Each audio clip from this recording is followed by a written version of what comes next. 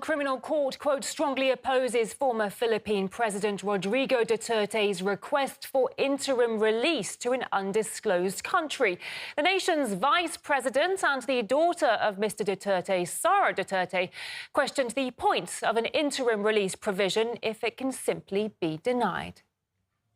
It is very wrong that they would use the family's statements as a reason to oppose an accused's petition. It seems like they are for human rights, but they don't provide it. Maybe what they should be basing their judgment on is the actions and statements of the accused. Earlier this month, the former Philippine president petitioned the ICC to allow his interim release, citing his age. He's now 80 years old. Rodrigo Duterte was arrested and extradited to The Hague in March on charges of crimes against humanity linked to his war on the drug trade during his presidency. He denies the allegations and slammed the arrest as unlawful and tantamount to kidnapping. And even while behind bars, Mr. Duterte was recently elected mayor of his home city, Davao. Well, we're now joined live from Manila by the Vice President of the Philippines, SARA Duterte. Many thanks for joining us on the program. It's a pleasure to have you with us. So it's been over 100 days since your father, the former President Rodrigo Duterte, was detained by authorities for the ICC. The Philippines officially cut ties with the ICC in March 2019. So how does that affect the legitimacy of this detention, in your opinion? Thank you for having me. Good day, everyone. Well, that is precisely the question that was submitted by the defense team of former President Rodrigo Duterte to the ICC. The question on jurisdiction, particularly because they conducted the investigation 2 years after the withdrawal of the Philippines as a member of the ICC, and therefore is already prescribed. And do you see any political motives for the case against Mr. Duterte? Well, yes, because before his detention, former President Duterte was a staunch critic of the Marcos administrations.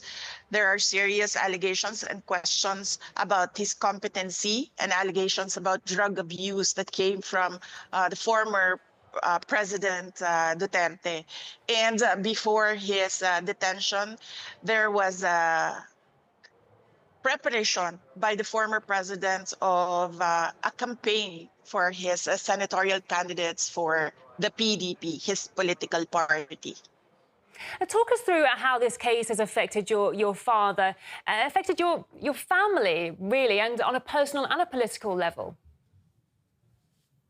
Well, the last time that I talked to my father, he always said that you make your own history in this world, and he leaves it all up to God, whatever will happen to him. And he also said that he did what is best for his country, rightly or wrongly. As for the family, we have been more closer now. The quirk about our family is that we forget our personal differences if we have a common adversary, and at the moment that is President Bongbong Marcos. You and your family have said many times that this arrest warrant is illegal, but the ICC is an international court, so where do you even go to appeal? There was a Senate investigation that was conducted by Senator Amy Marcos and was supported by some of the senators in the Philippine Senate. And she submitted her findings to the ombudsman here in the Philippines, and she recommended filing charges against the individual who implemented the rendition on former President Duterte. You recently argued that your father should be permitted an interim release to a third country because of his age. He's 80 years old. What is his current condition at the moment, and what sort of toll is this case taking on him? At the moment, he's in his thinnest. You've never seen him this thin. I've seen him from pictures when he was single, and that was the thinnest that I've seen him, and this is about the same. At that time, I lost so much weight and he has a problem with the cold and the weather in The Hague, and then he has of course, he has no appetite because the way that the food is cooked is not really the same as traditional Filipino dishes, and of course, there is that longing to be with familiar faces, family and friends. So there are certain days that it's a good day, and there are certain days that it's not. It's a bad day. So yes. The ICC, let's talk about the charges against him now. The ICC detained your father on charges that he was responsible for crimes against his people, but it seems he remains deeply popular during this time. He's been elected as mayor of the city of Davao. So clearly some Filipinos still support him. What does that say about the ICC's continued detention of him, in your opinion? Well, as I said, the ICC is all about human rights and justice, and we don't see it in the case of former President Rodrigo Duterte. He has been in detention for more than 100 days without recourse for bail, and now his petition for interim release has been vigorously opposed without a legal reason by the prosecution. He has already stated in his brief that he is not a flight risk because of his age. If you can see the footage where he was pushed up the plane, he really had no strength at all to resist. And he doesn't intend to intimidate witnesses. He hasn't done that. He's been mayor. He hasn't done that. He was president when the ICC case was filed. He hasn't done anything at all with the witnesses.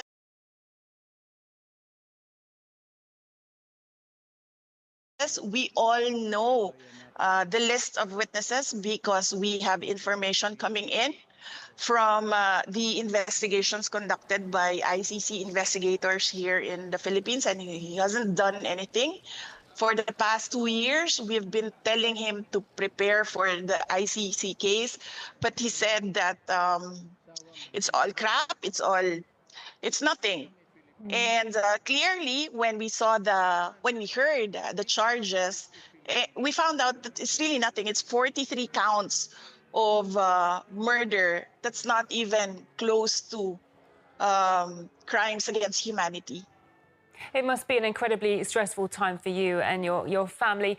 What message would you send to Filipinos around the world who continue to support your father?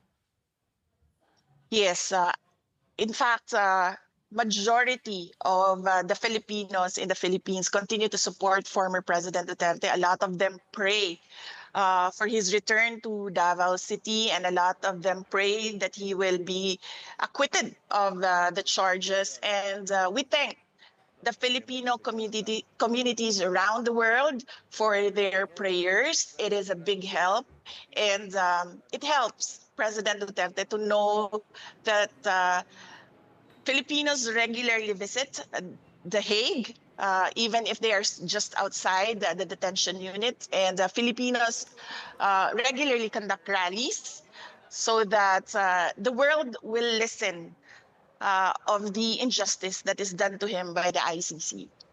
And indeed, you have your own concerns currently with an impeachment process against you in the Philippines. You say it's politically motivated. Explain to us, what could these motives be exactly, and who do you think could be behind this? Well, it's all about the refusal or the intent of of President Marcos. It is the intent of President Marcos not to step down. He wants to perpetuate himself or his family in power. It is clear from the moves of his administration against political opponents. And in fact, one of his relatives, and this is a personal knowledge of mine, has expressed that he wants to run for president. This all started with the People's Initiative, wherein they wanted to amend the Constitution to shift into a parliamentary form of government where the Prime Minister is not voted by popular choice. When they failed in this, they started the impeachment. And clearly, evidence shows that the members of the House of Representatives, many of them who signed, did not read the articles of impeachment. And one particular member of the House of Representatives already said publicly that there was money in exchange for the signatures in the articles of impeachment. Because I am the front runner in the presidential race in 2028, the survey shows that. And I think they want to eliminate the front runner. I see. Do you think there might be a connection between the detention of your father and the impeachment process against you? I believe so, yes. They think that if they take out former President Duterte, they will weaken me because it's one brand, it's one family. The Philippine Senate recently returned the impeachment complaint to the House. What will the next steps be? Well, I do not know with the Senate what will be their next steps. They required us to submit an answer to the articles of impeachment, and we did that. We submitted it the other day, and we're waiting for instructions from the Senate on what to do next. As you were just saying yourself, there are many people claiming that the impeachment process against you is designed to block your potential candidacy for the 2028 elections. Do you plan to run for the presidency if you are acquitted of the current charges? I have not planned anything for the presidential race of 2028. Some supporters have given me a deadline of the fourth quarter of the year 2026. So that is when I will decide if I will run for president on 2028. Your approval ratings are currently, well, reached 59% in March. What sort of public support have you received since then? Do you have a feeling that a majority of the Filipino people stand behind you? Well, I do not know. I don't have the numbers. I don't have the surveys. But I am comforted by the fact that wherever I go, people express their support and their prayers for former President Duterte. If we can just touch upon geopolitics for a moment, because the US often interferes in disputes between the Philippines and China in the South China Sea. I'd like to ask, what's your opinion on Washington's role in the region? Well, for the Philippines, our constitution clearly states that we should have an independent foreign policy. So our relationship with the US and our relationship with China should be two separate engagements, and we should not lean towards the US for our problems with China, particularly our issues in the West Philippine Sea. Yeah, the Philippines is kind of in the middle of all this, isn't it? Because the Philippines being a long-time ally of the US and Asia, at the same time, Manila maintains robust trade ties with China. So I'm just wondering how difficult it is for the Philippines to find the right geopolitical balance between these rival superpowers.